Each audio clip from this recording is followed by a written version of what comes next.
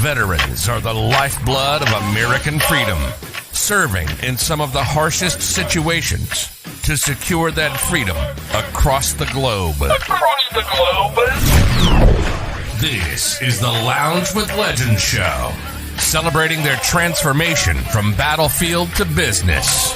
The Lounge with Legends show with Marty the Moac Martinez and James A. Phelps, a.k.a. Spartan 6.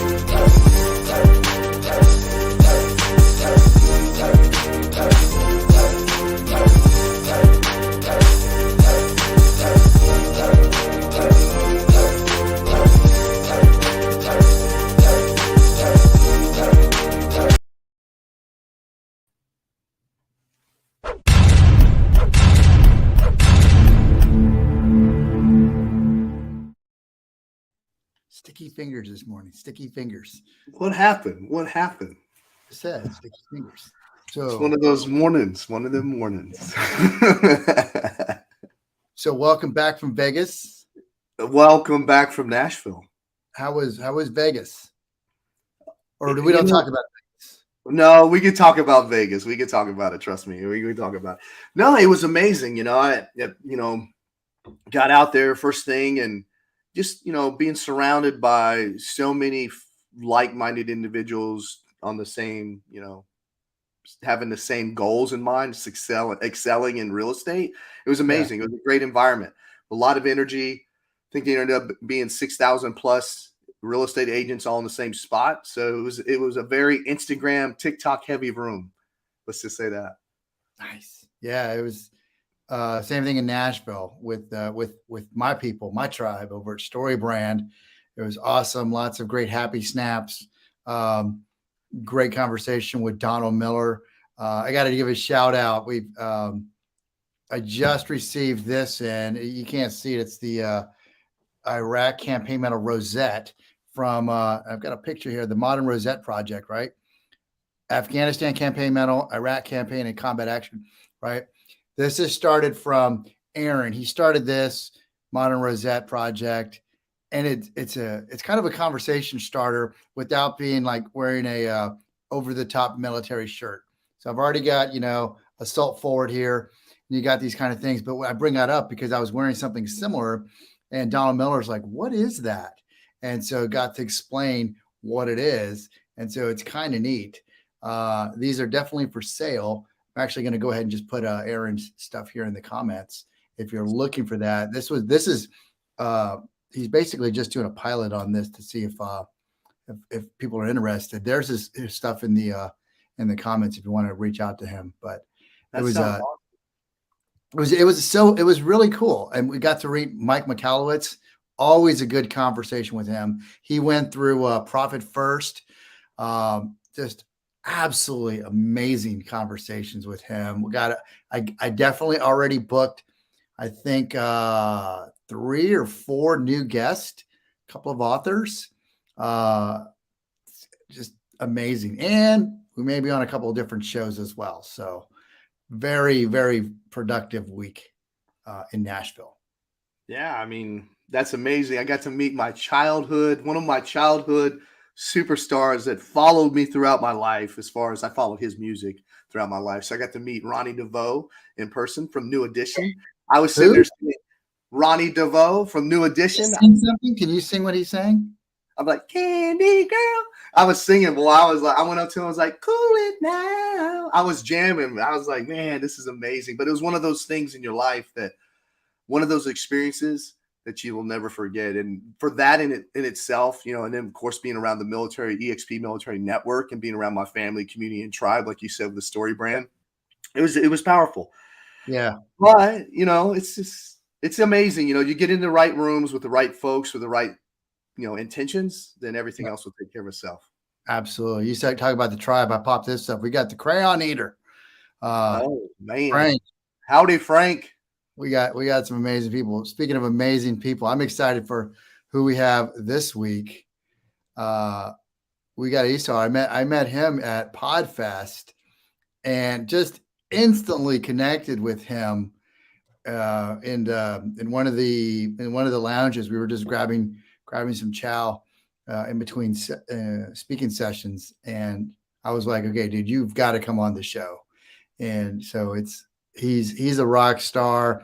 I think we've probably already just met 10 times before we even get him on the show, and each time it's been just absolutely amazing. So I mean, he's a serial entrepreneur. He started up 3 tech companies. He's got so many things that he's been working on, and I think he's got some big news that he can share with us today. I do want to ask him what his call sign is. I forgot to ask him his call sign. Don't let me forget. It's not the Flying Falcon entrepreneur? No, I just made that up. I didn't want to put Blue Falcon, so I put Flying Falcon. I was going to say, because that'd be kind of a long call sign, Flying Falcon entrepreneur. I could see that'd be way. I almost put Maverick, but everyone knows that an F-16 is so much superior than an F-14 Tomcat. You know that. All right, let's bring them on, brother. You ready? Let's go.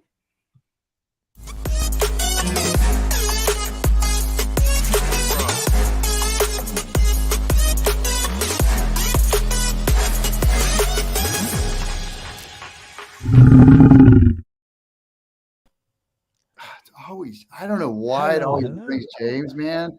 I apologize. Way better looking than me. I mean, it's the right way to go. Dying, and so I will say I'm always intimidated when you bring on like this huge podcaster like Isar on here, and you're like, man, he's got like the best gear and the voice and all this stuff. You're like, a high-speed mic, and don't forget that. That's why I had to put the tie on, kind of, so people are distracted, What is it going on? Welcome. And finally, you're here. Wow. Yeah, it's been a while. I mean, we've done this, the 3 of us, like many times, but like actually going live. Like you said, we talked about this for what was like April, right? Or March or something like that. It's been Memorial Day, May. Yeah. May. It's been a hot minute. Yeah. I think we said, I felt like every time we get on the horn here, we felt like we could just record each one and make it a show. Absolutely. Well, because of getting on the horn with Isar, he was able to help us, give us some tricks of the trade. That's really what it's about, helping one another. And we appreciate what you've done for us and helping us out. Hey, listen, I love what you guys do, right? It's each and every one of the 3 of us, and probably a lot of people that are here or going to listen to it afterwards. It's not an easy transition going from the military to civilian life. It's like a different universe, right? It's like a parallel world that doesn't have the same rules. And what you guys are doing is incredibly valuable to people, like literally helping people change their lives in a better way. And so anything I can do to help from now till forever, I'm in. Right. All right, man. I appreciate it. And that was something that I think people recognize. This weekend at the conference I was at was one of the few that I've been to in quite a while where I was very, very much in the minority. And I think especially because at the beginning of the week here in DC was AUSA, so the Association of U.S. Army.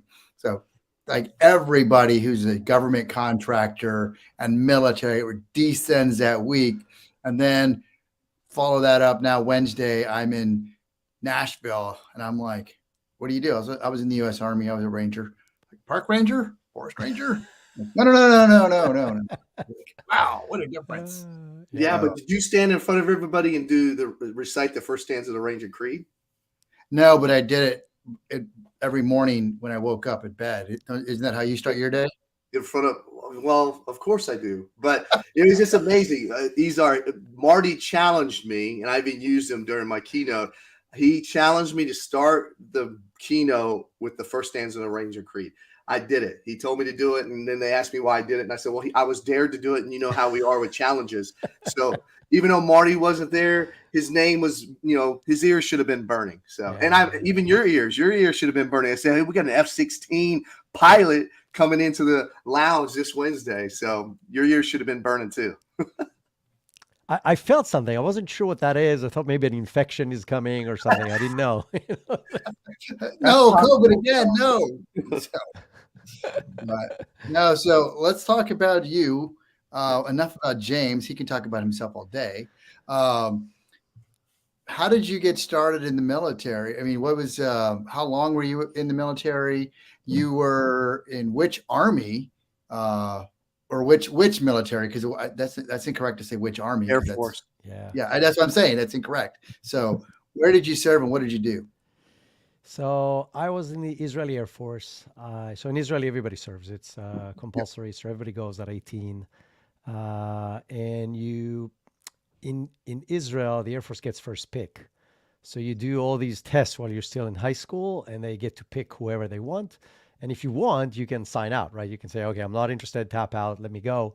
But I stayed the whole thing, and it was an amazing journey. So I joined in 91. Now I'm going to date myself. Joined in 91 and was enlisted until 99. And I kept on flying reserve until 2004, which is when I moved here to the US. And during that period, I was an F-16 pilot, like you said, and I was also an instructor in the Israeli Air Force Academy. And it's different than here. So you do both at the same time. You fly operationally at your squadron 1 day a week, and 4 days a week, you're an instructor at the flight school. So that's kind of like, in a very quick summary, my military service. No, that's pretty awesome. So you, unlike James, actually made it into the Air Force. They wanted you. Yes. I think they wanted me. I just didn't meet the qualifications. That's why they didn't take me. James wanted to be Air Force. He tells everybody. Yeah, because you talk about flying. I mean, what kind of experience can you share with us as far as that sensation? What is it like to actually be flying an F-16? Like that. My dog likes that. Okay. Let me get her out the door, and then I'll answer your question. Otherwise, she's going to keep on barking right here in the room. I got you. Mocha, stop. Come here. No, so I mean that's a great question. I mean, because we see the movies. Top Gun is still, I think ringing in millions. So what is it? What is that question of what is it like to? And I'm back. Be an actual pilot. We're just talking about, we see it on the movies. Top Gun is still raking in millions, but what's it like to actually fly and then fly real world missions? So first of all, it's shitloads of fun. So I'm serious. It's nothing like it. It's really, really fun. So if not everybody likes roller coasters, but think about a roller coaster where you control where it's going to go. So this is kind of like the closest thing I can give you, or racing a car, but in 3D. Right. And as far as flying missions, I guess that's just like any other military operation, right? Yes, there is the flying part of it, but 99% of it is not the flying. It's about the planning and the preparation and understanding the environment around you and what's happening with the other people around you and what's happening with the other troops that are not necessarily Air Force, and what's the whole operation like and what's your role in that operation and how you execute on that in the most accurate, efficient, and impactful way. And I think from that sense, any fighting military is the same way, and even supportive of fighting, right? So you have the people who support you while you're out there. They play the same role. They have to understand the operation. They have to know what to do. They need to understand their role and how to add the most amount of value in the right time. So from that, yes, you're flying a jet, but you're more focused on the mission and understanding what's going on and understanding what's happening around you and so on. So what are the things you still carry with you today from your days as a pilot? Wow. Everything. Uh, Listen, I think the huge benefit that people that have been in the military and especially fighting positions in the military carry over to literally everything you do in life. And it's everything from a sense of purpose and commitment to goals you set for yourself. It's like, okay, whatever. Maybe I'll do it. Maybe I won't. If you said you're going to do something, you're going to fucking do it. Right. Because you committed to doing it. It's, it becomes, and one of the things I ask myself, and I'm sure you ask yourself the same way, is does the military pick people that are like that, or these are people who volunteer for the military in the US, or does the military turn them to be that way? And I think it's always a combination of the two, right? You take somebody that has that traits in them to begin with, and then you sharpen the edges, you finesse them, you get the diamond out of the rough. Right. And so it's we talked about commitment and sticking to whatever things you said to yourself. You talk about planning and thinking way ahead of like, okay, 4 or 5 steps. Okay, where am I trying to go? What do I need to do to get there? What has to happen? What other skills I don't have that I need in order to get there? It's all a part of your military training because you can't succeed. You can't win, forget about a war, but a small operation without each and every one of those things. Huge thing that is really a daily thing is debriefing. Yeah. Right? I debrief freaking everything. If I get into a parking in Publix and I'm not parallel to the line, I'm like, why aren't you parallel to the line? I'm like, okay, you started the turn a little early. The old lady with a cart kind of like was in the way. Next time, make sure you give her a letter through first. And it's every little thing. But it becomes part of your nature to debrief stuff, which is amazing because that means you always get better from small things to big things, to running a company or launching a thing or writing a book. It doesn't matter. So really there's so many aspects of military life that becomes a part of your core that you carry over to civilian life. And yes, there's weird stuff that don't carry over very well. But the core things, those skills, those values that you carry are used. I use them every day, and I'm sure you do as well. Yeah, no, that's interesting because you do. And, especially like now we have all these cameras in the vehicles and you're checking everything, always checking your surroundings and your six. There's things when you go in the restaurants, where are the exits, where's this? And it's just part of that. It becomes part of your DNA now. Yeah. Yeah, absolutely. Better for worse. There's also some bad things that come part of that, that you have to shed, which we get a lot of in our transition classes of you can't knife hand everybody. You can't call everybody the F word, even though if it's a greeting of the day, morning, fucker. It's some of those things we have to get rid of, but there's a lot of great things like you mentioned as well. That's awesome. What are some of those things that you help your brothers and sisters with, where you talk to and be like, hey, you know what? Remember this and carry it with you because this is going to help you when you get in a dark place or when you're struggling. I'll say 2 things. I'll answer your question, and then I want to piggyback on what you said earlier as far as transitioning. But I think the number one thing that... Oh, did you lose my camera? I did. We did, but your voice is amazing. Thank you. I know. I've heard. This is odd. Let me go to the settings for a second. Why isn't... Okay. It's because I paid him a big compliment as a big podcast. I'm back. Okay. There he is. I don't know. I actually didn't do anything. It just came back. So no compliments.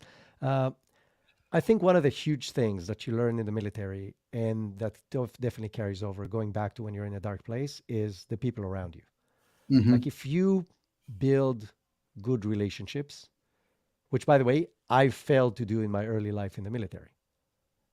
It was a very bad move by me, but you're in a crazy, highly competitive environment, Right. and you think it's about you. And so you think that you just have to show that you're better than anybody else all the time, every time. And it's wrong. The way to be successful in life, and especially the way to help yourself when you're in a bad spot, is having the right people around you, love you, trust you, want to help you. And so, think about what you said earlier. You guys, I saw something I have that you can use.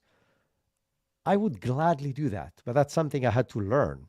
Right. And I learned it in my early military days the hard way. But now I have a huge group of people that I know across multiple layers and aspects of life, from my local community to the Jewish community to my friends in Israel to people I know from the military that I still keep in touch with to people like you that I just run into through running businesses that I really try to help all the time and build relationships with. Because at the end of the day, when you're in a dark spot, that's what's going to carry you out. That and grit, right? But grit, you run out of it, even if you're very much like, okay, how much can you push yourself and push yourself and push yourself and bang your head against the wall when you're in a bad place, when you don't have other people helping you out? So that would be my number one thing. But I want to add one more thing, if you don't mind, about kind of like the transition. And to me, the weirdest thing about the transition, like the thing that hit me in the face like a baseball bat, was that in the military, everything is black or white. Right. There is no gray. Like, you did the mission, you did not do the mission. You follow the rules, you did not follow. There is no, I kind of follow the rules. There's no such thing. Right. If you kind of follow the rules, you did not follow the rules. Right. And you're going to get slapped pretty hard for it. Yeah. And then you transition to civilian life. Everything is gray. There is no black and white. None. It's all like, I hate to call it manipulation of the situation, but it is what it is. Everybody manipulates the situation to benefit somehow. Right? And so to me, that was the hardest part. Like, I got slapped on the wrist by my CEO in the first role that I had as a big project manager in the civilian world. When I handed off something to our clients, I'm like, okay, here's the situation. That's like, what the hell did you do? I'm like, I give them a status report of what's happening. So you can't tell them that. I'm like, why? It's really what's happening. It's like, no, you can't tell them what's really happening. Like, why not? So it's these kind of things that, to me, was the hardest part of the transition, of understanding that there's a different set of rules that you play by in the civilian world that are dramatically different than in the military world. Well, so there's a couple of things you mentioned there that I want to hit on. One, the lesson you learned about forming the team and, being part of the team. And so I remember before I left to Ranger School, one of the questions I asked is, what's the number one tip that you would say will help me get through Ranger School? And my team leader told me this: be the last to sit down and the first to get up. And with that, it is last to sit down is check on everybody else. And the first to get up, you're the first to get up, helping everyone else up. And that's what I did. I did that in Bay planning. I did that, I always volunteered to be the RTO or the medic or whatever it was, to be in the center, to be in the know, to help everybody out. And that's what really helped me get through and also form these teams and be the mission player, and so that's what really helped. And then for the transition, it's difficult with the transition to the military, but then also learning the difference between the civilian culture and the military culture, and then what to jettison as a military member and what to keep, and say, no, you guys, there's a better way of doing this. And when to insert that. And so there is that balance. And so that's why I tell people, don't jettison everything, keep it. And then just remember There's going to be a time for that. But then there's some of it where, you just get rid of that shit, especially like in the U.S. Army. Stop dipping. Nobody likes you to dip Copenhagen in the office. Spitters are gross. Coming from a former spitter, dipper. There's things like that. No, and I love it. There's some great points you hit on there, brother. There's some great stuff. Thank you. So before I forget, did you have a call sign when you were flying? So it's an interesting question. So in general, Israeli Air Force do not have call signs. Okay. And part of the reason is we're at war 100% of the time, and you don't want the enemy to know who's flying from where at what time or whatever. So you're assigned a call sign per sortie by a computer that pulls up random call signs. And so the whole formation has the same call sign, and you're like, whatever, Falcon 1, 2, 3, and 4. And so you get a call sign, different call sign every single mission, not just every single day. So if you fly 3 sorties, you're going to have 3 different call signs. But when I was in flight school as an instructor, and it was the only time, by the way, it's like the only 2 years in flight school history where this happened. Something in the system, they put a new computer system to run the flight school operation, and they had us pick call signs. So I was Dragon at flight school. Nice. And so for 2 years at flight school, I was Dragon. And like every call sign, it has a funny story, but we don't have to go into it. I got it. Now, speaking of call signs, have you seen the movie? I have to ask, have you seen the movie Maverick? Of course. And the day it came out. What were your thoughts on that as an actual pilot? I have my opinion, but what were your opinion watching that movie as far as the flying itself in there? So, first of all, it's fucking amazing to watch it as a pilot, because the way they were able to do the scenes, the actual flying scenes, is out of this world. It's like really, really amazing. Like every movie that you see that is like a professional movie on something, it's very easy to catch on the stuff that's total bullshit. But overall, I would say the movie was very well done. I really enjoyed the movie. Obviously, so the first Top Gun came when I joined flight school. So as you can imagine, I watched the whole movie and pieces of the movie countless number of times. Right. So the amount of little, winks they had towards the original movie is obviously extreme in this movie. And overall, the flying thing, and it was, with all the bullshit aside, it's a great, great movie. So did it make you miss it? Oh, yeah, absolutely. Every time I see a fighter jet flying, whether it's on TV or in real life, you go to there's multiple bases everywhere in the U.S. and you see, whatever jet's flying, you're like, oh, my God, what would I pay now to be back there? So, yes, it makes me miss it. Are there things that you see sometimes and you're like, oh, man, I don't miss that? Yeah, always. Always. But, to be fair, the life as a pilot, especially in Israel, are pretty damn good. Like, you don't get to spend time in, quote unquote, the field. You're at your base, flying, doing something you enjoy doing, learning to do it better. And at the end of the day, you go back home. Like literally at the end of each day, almost every each day, there's a transport that flies you back to Tel Aviv. And at 7 p.m., you're back in Tel Aviv, which is the greatest city in the world. So it's not that bad. Yeah. I love Tel Aviv. It's an amazing city. If you haven't been, you got to go check it out. It's absolutely amazing. I was blessed. I was fortunate enough to be one of the speakers at an IDF conference, and I can say that the Iron Dome works.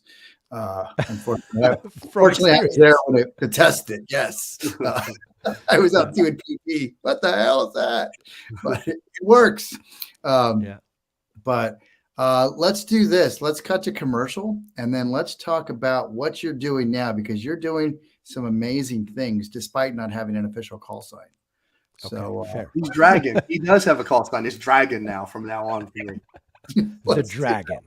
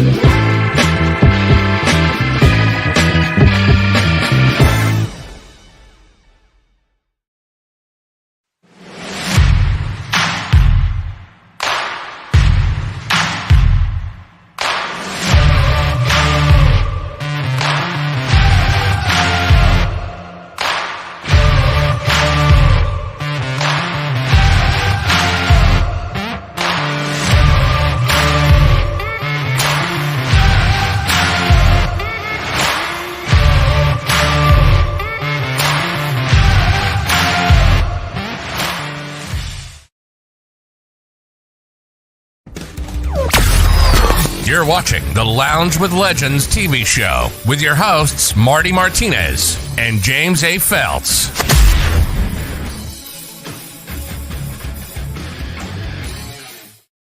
I knew it.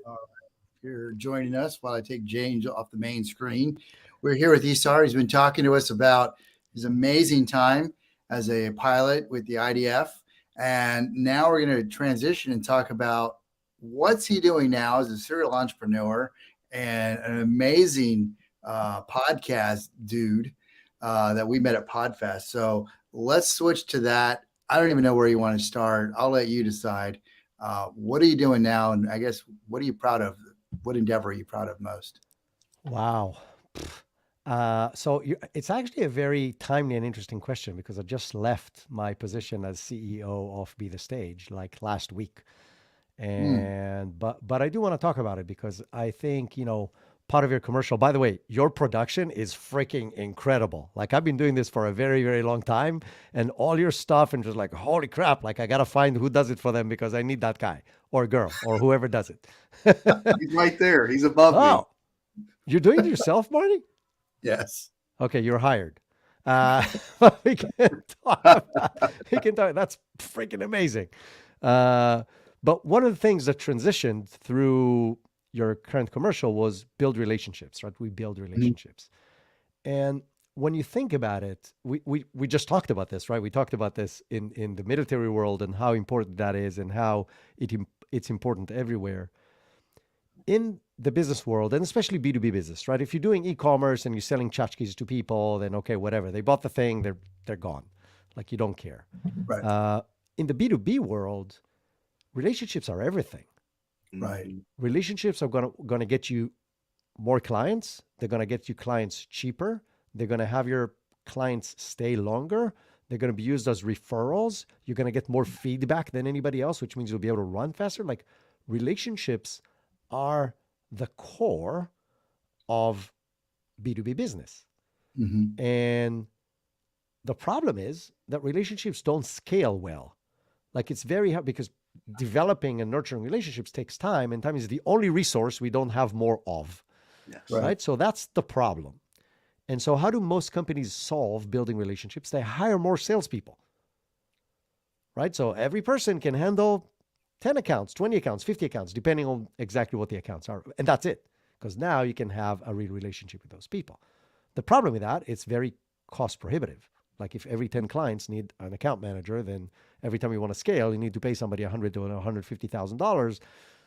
Oh, well, and then every 3 of those needs a manager, and then every 9 of those needs a manager for the managers. And it's very, very quickly a huge overhead. But that has been the solution for a very long time. And so when you think about it, relationships are the core of growing B2B businesses, but are hard to scale. And the number of times you hear people say, if I could understand my clients better, if I could spend more time with my clients, if I could have longer conversation with prospects, if like I could, whatever, right? Grow the business faster, lose less clients, make more money, like whatever it is. And so that's what we kind of cracked. Think about what we're doing right now, right? What we're doing right now with a live show. The only difference between what we offered to our clients and what you guys do is that we had the audience live, right? So we have a few comments here, but we were really trying to make the audience a part of the process. Like, really encourage people asking questions, have their videos open so they can be a part of the conversation. And that does something very interesting. First and foremost, it develops relationships. I'm sure you guys have been doing this for a very long time. You have your regulars, right? You have your people that join every single week or every time you run the show. And it's a little cult, right? It's a little group of people. And we tell people, you want to develop that camaraderie, that sense of community. And the way you do this is by having little stupid traditions, like regular jokes on specific people or specific nicknames for specific people and so on. So that's one thing. The other thing is really making warm introductions to people. So if somebody's first time, welcome them in, welcome everybody in. So making the audience feel welcome and a part of the conversation also opens it up to more conversations, make actual introductions. Somebody asks a question and somebody else in the audience knows the answer. Don't answer it yourself. Say, hey, you know what? Yeah, I know one or two things about video production, but Marty here is a freaking beast. Like, did you see the ads of this thing? Marty, can you tell him how to do this thing? What this does is it allows you to, instead of being the star of the stage, to be the stage, hence the name of the company that I just left, right? And when you are the stage, you're elevating other people. Going back to what you said, Marty, sit last, get up first. Right. You're it the whole time. You're elevating other people to the stage. And the other thing you're doing, you're making people guilty by association with people from a higher ilk, right? So if I'm sitting here with the two of you, the people who already know you assume, not for the right reasons, to be fair, that I'm as smart and successful as you guys. Because we're sharing a stage, right? You go to a conference, you see three people on stage, you don't question that one of them just is there by luck. You're like, okay, I know this guy, he's really famous, so the other two must be really at the same level. Right. So you create that for everybody. So not a lot of people like the king, going back to my comment about myself in the beginning. Like, you don't want to be the best and the most vocal and whatever. Everybody likes the king maker. Yeah. Right? So if you're the one elevating people to higher levels all the time, allowing them to share ideas, and everybody's co-creating value, you're building relationship, you're generating a community of similar-minded people, because what we're talking about might be completely bullshit and not relevant to some people, and they will leave, right? So the only people that are going to stay and get attracted to this is people that this provides value to, which is the only people you really want to serve, which are your potential community and your potential clients. So we provided this as a service to client, and the outcome is shitloads of amazing content, because the content is co-created with the community based on the questions they ask, based on topics they care about. And so they feel a part of the process. And the biggest difference between having an audience and having a community is that sense of belonging, right? So you can have an audience. There's people with millions of followers on TikTok and they know 3 of them. Right.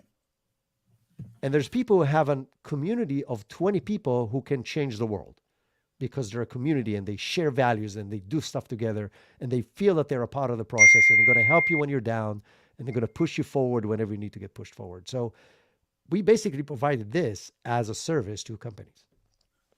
Yeah. You know, that's sorry, as I put my phone on do not disturb.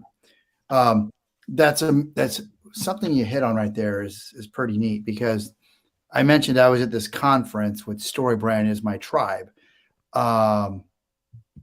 Juxtapose that with AUSA, even though I know a boatload of the people that are there, everyone's pitching one another, right? I get to Nashville. It's the very first time that I'm meeting these people in real life. It's been like this. It's been on podcasts. It's been on Zoom, endless and countless hours of this. It's the first time I meet them in person. But the difference was I never met a stranger the entire weekend. And it wasn't a single pitch. It was, we should collaborate on this. You know what? You know who would be good? You've got to meet my friend Isar. He is amazing. He could do that. And then I've got a couple of, you work with veterans? Oh my gosh, I've got this veteran. I'll gladly give you, I'll give you the card because you'd be so much better at helping them than I could do. And it's a difference of doing exactly like you're talking. And so I kept asking all weekend, I don't know how Donald Miller's doing this. How do you create something like this? And now, how fortuitous, we have the guy who creates the blueprints for these kind of things here, or at least knows kind of a formula for it. So it's pretty neat. I think the trick is to exactly follow those kind of people, right? So the people who were able to create communities, very successful communities, you mentioned one, there's a lot of others. There's the Peak community for marketers. And you see the same thing. It's always about, providing space for other people to provide their value, right? And you'll see that again and again and again. That's the repeating pattern. Because what happens is, again, it will attract people closer and closer, and it will make them want to be a part of this thing. Think about your feelings, because everything you talked about in your experience this weekend versus AUSA is feelings, right? Right. It's how you felt in those scenarios. And you feel that you want to contribute on the second scenario on StoryBrand a lot more than you want to contribute on AUSA. Because you're like, this is amazing. Like, everybody wants to help me, so I want to help everybody. Right. And so if you can create that, that's where the magic happens. Right. Yeah. I mean, like, and you're talking about that. I mean, don't get me wrong. I love AUSA. It's great to connect with all your old friends and see everybody. And you're like, yeah. And then at the end of the day, you're like, I'm just tired of being pitched. I'm tired of all these business it's been probably over a decade since I've been to AUSA. I used to go a lot because I've been in the military, and then afterwards I've been in a training and simulation startup. So I've been to AUSA several times. I think it's one of the craziest, most amazing trade shows on the planet. Because for those of you who are listening to this and haven't been there, I highly recommend going once, because you can buy anything from military shoelaces to atomic weapons and anything in between. It's absolutely insane. It's legally. Yeah, I mean, you can meet everybody there. You'll run into like chief of staff of the Army, and you'll run into, I mean, just everybody. It's exhausting. It's exhausting. But it's just different, you know. But and then the evening events, you know, and you have all these different things, you know. But again, both of them were running the course this week, and so one of them was, I was part of the rank and file. I had been in a cohort of AUSA, right? The other one, I was part of the community as a tribe member that I had self-selected and become in, and I had brought James into the community as well. So it was just different. And it's neat that you identify that obviously way earlier than I have. So that's pretty cool. You all are the same age. So I don't know if you just got a late start, Marty, or if these are just, just a little bit smarter. He's definitely smarter and better. Absolutely. 100%. I'll say that for me too. Now I'm blushing, and so I'm glad some people are just going to hear this as a podcast after. So let me give you my hard thought out question here. So your shirt, it says choose kindness. What exactly does that mean to you there on that shirt? So yeah, I'll we got say Ryan two things. Too. One, I'm a t-shirt guy, right? So it was always the joke when Pablo and I did things. He's my previous partner. He was always like, jacket and button-up shirt, and I was always in t-shirts.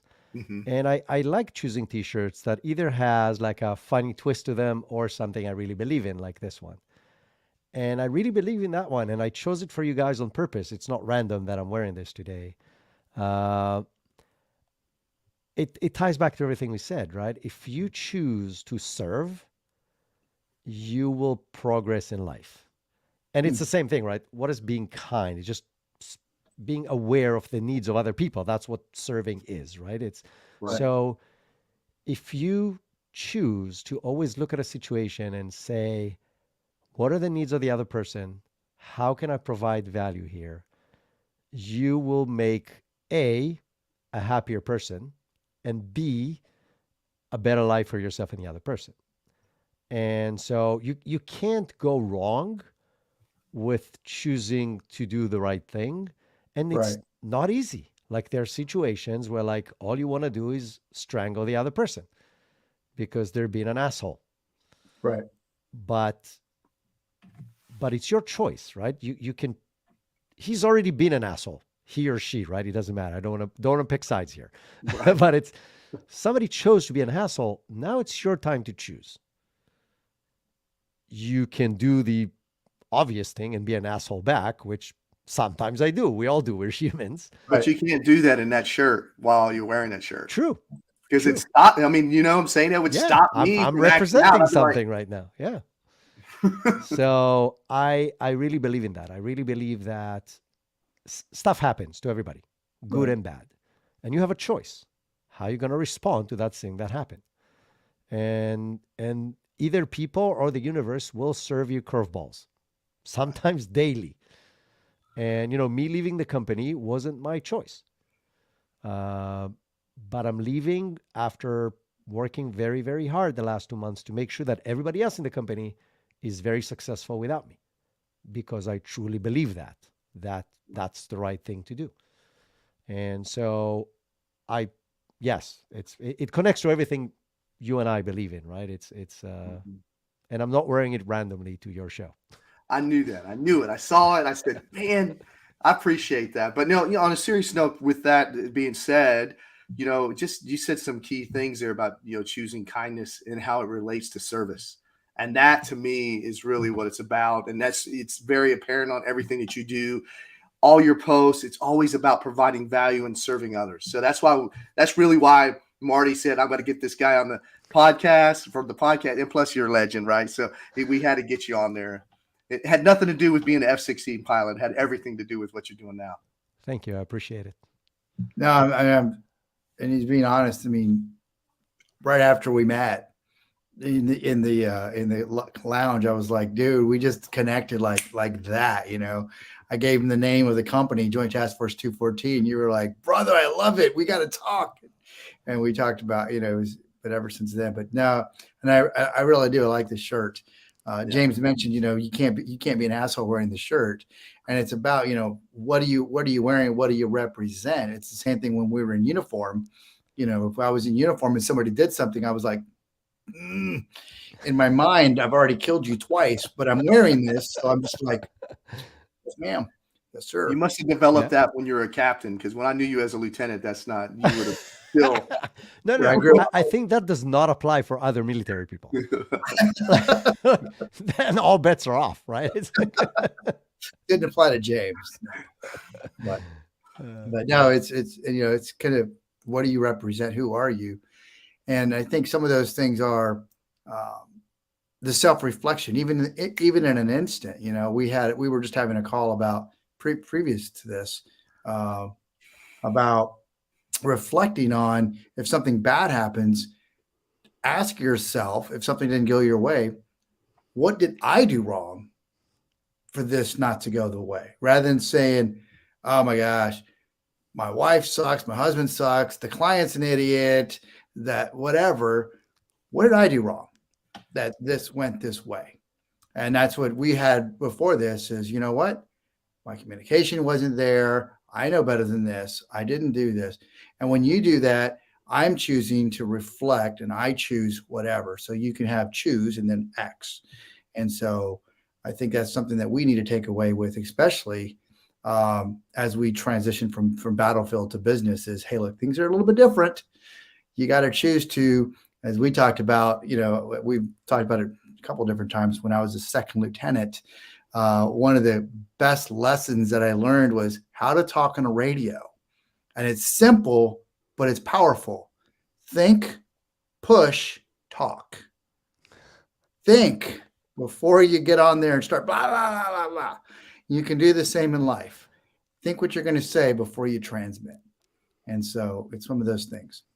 But go ahead, James. I see your lips. No, I was going to say, so that means all those times that you were being mean to me as a second lieutenant, you actually thought about what you were saying. Absolutely. Man. Oh, they were deliberate. See what I got to deal with, Isar? You see what I got to deal with, man? And yet you choose to continue with this guy. So I mean, it's your choice, right? You choose the abuse. Stockholm syndrome. Stockholm syndrome. But no, that's awesome. So what are you going to do next? What's next? Wow, that's the $1 million question, right? The truth is, I don't know. So I have potential clients to what I'm doing, because there's people who know what I do and are interested in that because it provides value. And I need to decide if I want to go down that path on my own. I'm keeping some of the team, so I can do this today. Like today, I can take a new client and launch them and be successful with it. But on the other hand, you get to a fork on the road, it allows you to choose.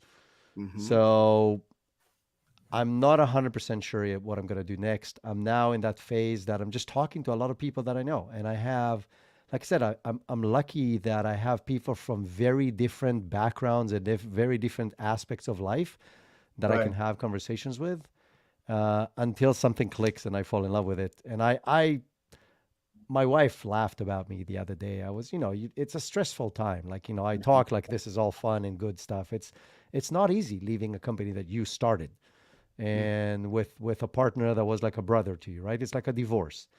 And and it's nobody's fault, right? It's part of business. It happens. But it's still not a fun time. And I had a really tough conversation with tough from my side. Like you said, people help you when you're down. And I'm like, I don't know what I'm going to do. And she's like, you are the number one person that I know that gets so excited about something and then goes 0 to 60 in like 2 seconds, and you're all in and you're passionate and like, just give yourself time to find that thing and you'll be okay. So I'm there. So this is from a much smarter person than me, my wife. Telling you where I am right now, what's happening next is I'm now just talking to a lot of people. I have people who are in VCs. I have people who run startups. I have people who are investors. I have people who are just doing a lot of other things in different industries and in different places around the world, and just getting ideas and just seeing what connects with me and where am I going to go. And then I'll decide. And then, like my wife said, 2 seconds later, I'll be all in doing doing the next thing. So what's interesting is I talked about it again this week, and then it's like a 4th week in a row we've talked about it. But you're going through your ikigai moment, right? Ooh. So never heard about it. Oh, you got to look it up, brother. And I say ikigai. That's not me in a Speedo on the beach. It's your why. It's your purpose. It is. And we talk about it so much here on the show because you're going through transition and transformation right now, just like a lot of our listeners and viewers. You're looking and saying, okay, what do I love? What am I good at? What can I get paid to do? What does the world need? Yeah. And within that Venn diagram in the middle, that's your ikigai. That's your purpose. It's an easy book. I bought one for James. It's a pop-up book with big words or a big font. But it's and his does look, for those of you listening, James's one does look different. So I guess it's the kids version, right? It's like to be fair, mine was bought in the year 2022 and not the year that the book was written. Just saying. But it's important because when you find your ikigai, it gives you every day. It gives you that purpose. It gives you your meaning. It gives you your joy. It gives you that reason to choose kindness, to choose your reason to get out of bed. Yeah, absolutely. And we don't always get it right. Sometimes we go and we're like, oh, this is what I'm going to do. And then you're like, I hate my job. This sucks. Why did I do this? And so, but yeah, so it sounds like as you're going through that, this might be a good one for you to check out, brother. I'm going to order it as soon as we're done. Well, if you're going to order Amazon, here I come. Well, let me tell you which other one you need to order, because this one was amazing for me. Put Your Ass Where Your Heart Wants to Be. This is brand new by Stephen Pressfield. He wrote the Legend of Badger Vance, Gates of Fire, Tides of War, The Lion's Gate. This is a great book. I read this. Truth and Lending, they both will take you together. You can read them both in 4 hours total. So this is a thin book. I got this off of Amazon. They're not giving me any money for this, and I don't know Stephen, not yet, right? But that book is the same thing. It's all about putting where your heart wants to be. That's where you need to be too, but you got to put your physical body there as well. So this is powerful stuff. You gave us a book to read. I don't know if you remember what book you told us to read. Do you remember? No, I recommend a lot of books. Oh, I do know. The ABT, right? That's it. That's the book you told me to read. What is the book called, though? Oh, man. Hold on one second. Yeah, I actually have it back there as well, but I think James has it. Boom. Yeah, The Narrative Gym. I wanted to say something with workout, and I knew it wasn't that. The Narrative Gym is a great, great book. That goes in line with those other two books. Those two books will be perfect, just like this one. So, okay. All right. Awesome. Well, here's Nick Feltz, kinfolk of James Feltz. One of our legends that tunes in every week. Finally got his hat. So I think it's that time to set up for the Freedom Means moment. Isar, we ask you, brother, you've served, you've sacrificed, you've done so much and are still helping communities around the world. What does freedom mean to you? That's such an amazing question, and I'm going to give it a very plain answer. It's the simple things is what freedom means to me. It's the simple things that most people that did not serve or did not travel around the world take for granted. It's taking your kids to school in the morning in a car that you own. It's playing in the park without having to worry about what's going to happen. It's having food on your table. It's having, vacation time. It's having internet. It's having like really the basic things, having women that can drive and are allowed to do so. And I know that sounds stupid to people, but it's not a given in a lot of places around the world. So I think when you live in other places, and I lived in a few places and I've traveled the world, I love traveling. It's one of my biggest passions. So I've backpacked more than 30 countries. Having the ability to see the day-to-day stuff and understand that you have a privilege, that you have access to those day-to-day simple things is freedom, right? Is that ability to do things that you think like, okay, well, what's the big deal? I went to the supermarket. Well, guess what? There's a big percentage of the population of the world that does not know what a supermarket is. And having access to all these things and being able to going back to choose your path, to choose what you want to do, to choose your spouse, to choose your profession, to choose how to behave, to choose what to say is freedom. It's the basic, simple things. It's not in the big words or aspirations and so on. That's my interpretation of freedom.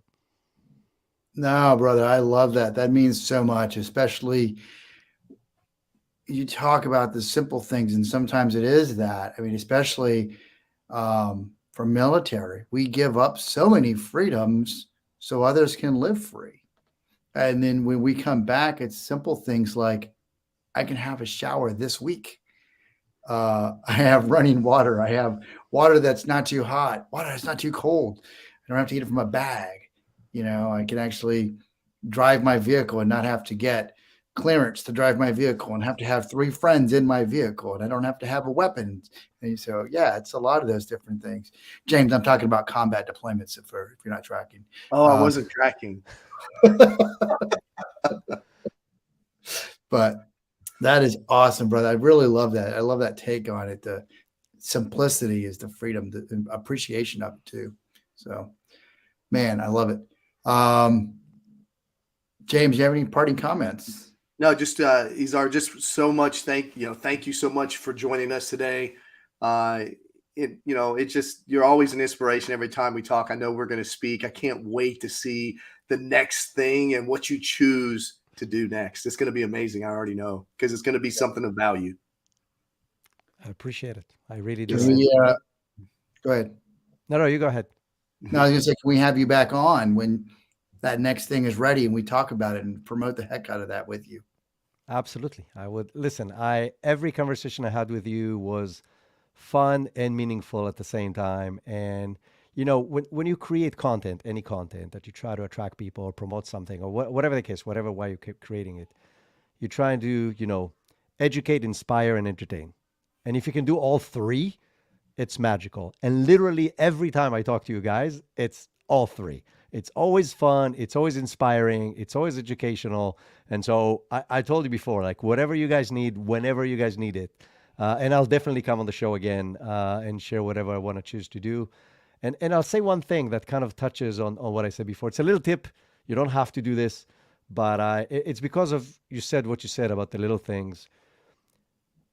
The greatest invention of the American people, and I hope I'm not going to offend anybody, but I came from a different culture, right? I grew in a different country with a different culture, is Thanksgiving, right? It forces you to think what you're thankful for. Right. The only problem with that, it's one day a year. Mm-hmm. So something I do for myself and I do with my kids when we drive to school every morning, they know it's a ritual. we each have to say something we're grateful for this day. And they can't repeat each other, and they can't repeat something they said in the last few days, right? Because otherwise it's easy. And what it forces you to do, and it's simple, right? You wake up in the morning like, okay, what am I grateful for? And it's the little things, right? Because in the beginning, you're grateful for having a house and food on the table. But okay, you run out of big things in week 1. Now Right. we've been doing this for like 2 years now, every single day. So you notice you have so many things to be grateful for in your everyday life. And so just a recommendation to anybody out there, it makes you feel better about yourself and the world and stuff that you want to do, because you think about the little things that you do have that Right. otherwise you don't think about. You just take them for granted. So final words. Thank you so much. No, This was really, really absolutely. awesome. I appreciate it. Thank you, brother. And I'm thankful for you being on the show today and sharing your time with us and all of our viewers. Thank you for being our legend. Thank you. Thanks. James, that was awesome, brother. I told you it was going to be amazing. You did. What do we got? Oh, we got Triple Nickel coming back. Whoa, wow. You bringing them back again? I wonder, they must have an amazing announcement or They something. have a huge announcement, veteran entrepreneurs, huge announcement. Came out yesterday. We're bringing them on. They are going national, and it's right before MIC, the Military Influencer Conference in Vegas. So that's going to be awesome. But until then, be legendary, and thank you for your service. Airborne. Airborne. You've been watching The Lounge with Legends show, countering the narrative that veterans are all broken misfit toys. Veterans are the lifeblood of American freedom. Serving in harsh situations, coupled with their training, have forged them into some of the most resilient and capable leaders in the world. And that's where we come in, celebrating the success stories, taking you on a journey of transformation from military to business. We hope you enjoyed the show, and we'll be back soon. But find us on Facebook at Lounge with Legend or at JTF214. Till next time.